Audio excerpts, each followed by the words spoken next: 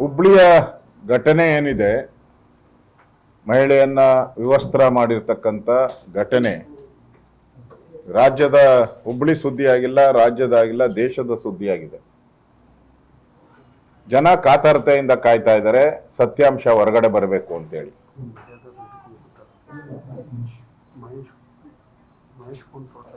BLA-2 ಏನು ಚುನಾವಣಾ ಪ್ರಕ್ರಿಯೆ ಇದೆ, ಅದು ಚುನಾವಣಾ ಆಯೋಗ ಮಾಡುವಂಥದ್ದು.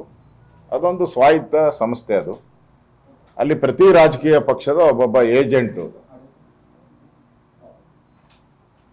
ಅಧಿಕಾರಿಗಳ ಜೊತೆ ಹೋಗಕ್ಕೆ ಕಾನೂನು ಪ್ರಕಾರ ಅವಕಾಶ ಇದೆ. ಆ ಕಾನೂನಿನ ಅವಕಾಶದ ಅಡಿಯಲ್ಲಿ ಅಲ್ಲಿ ನಮ್ಮ ಹಿಂದೆ ಕಾಂಗ್ರೆಸ್ ಅಲ್ಲಿ ಇದ್ದಂತ ಲೀಡರು ಈಗ BJP ಲೀಡರ್ ಆಗಿದ್ದಾರೆ. ಸೊ ಅವರು ಆ BLA-2 ಆಗಿ ಅವರ ಕರ್ತವ್ಯವನ್ನ ಮಾಡ್ತಾ ಇದ್ರು.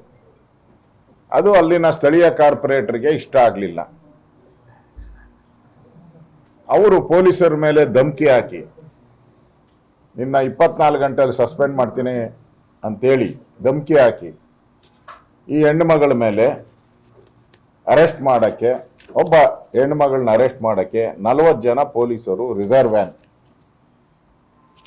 ಕರ್ಕೊಂಬಂದ್ರು. ಏನು ಮೊದಲೇ ನಾನು ಕೇಳ್ತೀನಿ, ಅವೇನು ಟೆರರಿಸ್ಟ,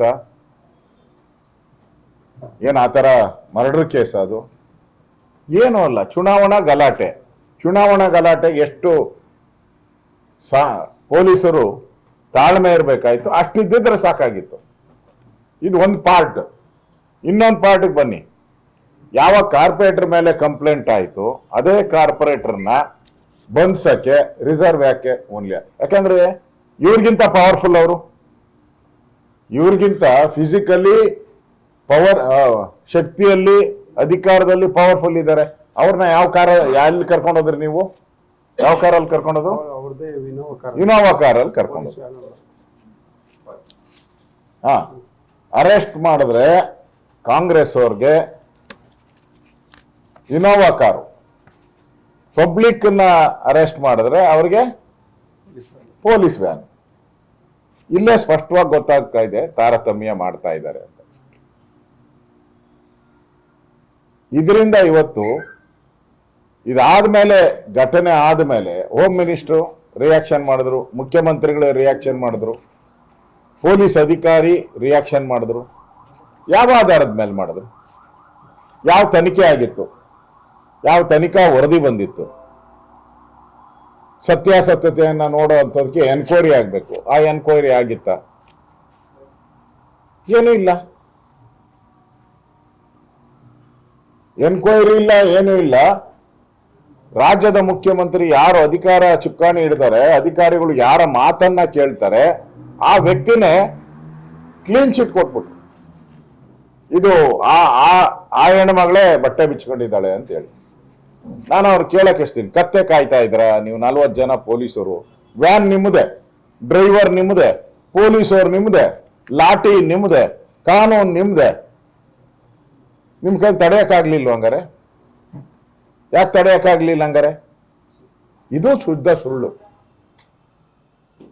ಯಾವ ಪೊಲೀಸರು ಇವತ್ತು ಕಳ್ತನ ಮಾಡಕ್ ಇಳಿದಿದ್ದಾರೆ, 7 ಕೋಟಿ ಬ್ಯಾಂಕ್ ದರೋಡೆ ಮಾಡಿದ್ರು, ನಮ್ಗೆಲ್ಲ ಗೊತ್ತಿರುವಂತ ಘಟನೆ. ಇವತ್ತು ಅದೇ ಪೊಲೀಸರು ದುಶ್ಯಾಸನದ ರೀತಿಯಾಗಿ ಹಲ್ಲೆ ಮಾಡಿರ್ತಕ್ಕಂಥದ್ದು, ವಿವಸ್ತ್ರ ಮಾಡಿರ್ತಕ್ಕಂಥದ್ದು, ಇದು ತನಿಖೆ ಆಗಬೇಕು. ಈಗಾಗಲೇ ಮಹಿಳಾ ಆಯೋಗ ನೋಟಿಸ್ ಸರ್ವ್ ಮಾಡಿದ್ದಾರೆ ಇದಕ್ಕೆ. ನಾವು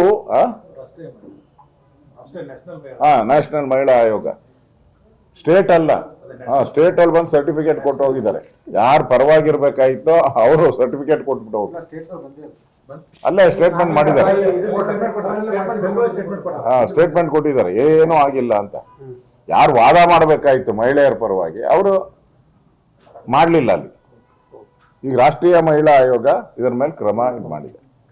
ನಾನು ಸರ್ಕಾರಕ್ಕೆ, ಇಲ್ಲಿನ ಪೊಲೀಸ್ ಇಲಾಖೆಗೆ, ನೀವು ತನಿಖೆ ಮಾಡದೆ ಮುಂಚೆ ಕ್ಲೀನ್ ಚಿಟ್ ಹೆಂಗ್ ಕೊಟ್ರಿ? ಮತ್ತೆ 40 ಜನ ಬೇಕಾಗಿತ್ತ? ಆ ಒಬ್ಬರನ್ನ ಕರ್ಕೊಂಡು ಹೋಗಕ್ಕೆ 40 ಜನ ಬೇಕಾಗಿತ್ತ? ಯಾರು ಒತ್ತಡದ ಮೇಲೆ ಮಾಡಿದ್ರಿ? ಯಾವ ಇನ್ಫ್ಲೂಯೆನ್ಸ್ ಇತ್ತು? ಇವೆಲ್ಲನೂ ಕೂಡ ಕ್ವಶನ್ ಮಾರ್ಕ್ಸೇ ಇರೋದು ಎಲ್ಲರ ಜನಗಳ ಮನಸ್ಸಲ್ಲೂ. ಅದಕ್ಕೆ ನಾವು ಇದನ್ನ ನ್ಯಾಯಾಂಗ ತನಿಖೆಗೆ ಕೇಳ್ತಾ ಇದ್ದೀವಿ.